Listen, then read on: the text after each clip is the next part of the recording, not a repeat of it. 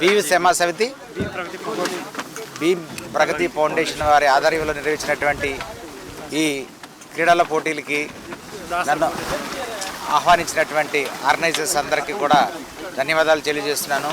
క్రీడా స్ఫూర్తి అనేది చాలా అవసరం ఈ రోజుల్లో. ఎందుకంటే బాబాసాహెబ్ అంబేద్కర్ యొక్క ఆశయాలు మనం నెరవేరాలన్నా చేయాలన్నా కూడా క్రీడా స్ఫూర్తి చాలా చాలా చాలా అవసరము. కానీ ఈ రోజుల్లో మనం చేస్తున్నది ఏంటయ్యా అంటే క్రీడల్ని కానీ లేకపోతే వారి అంబేద్కర్ యొక్క ఆశయాలను కానీ నెరవేర్చుకోకుండా వారిని ఒక ప్రముఖ ప్రఖ్యాతిగాంచినటువంటి ప్రపంచ నాయకుడిని ఒక జాతీయ నాయకుడిగానే చేస్తున్నారు.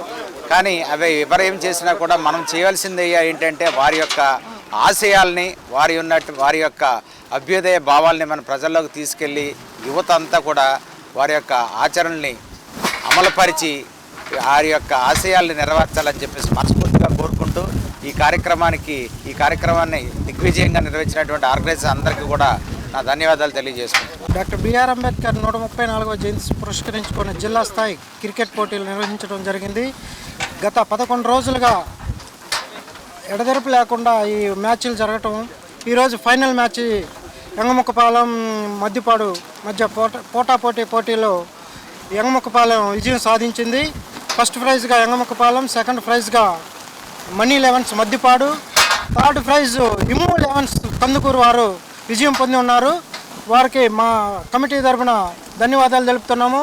ఈ కార్యక్రమానికి మా కమిటీ సభ్యులు మరియు మా మిత్రులందరూ సహకారంతో చాలా గొప్పగా జరిగింది ఈ ప్రోగ్రాము.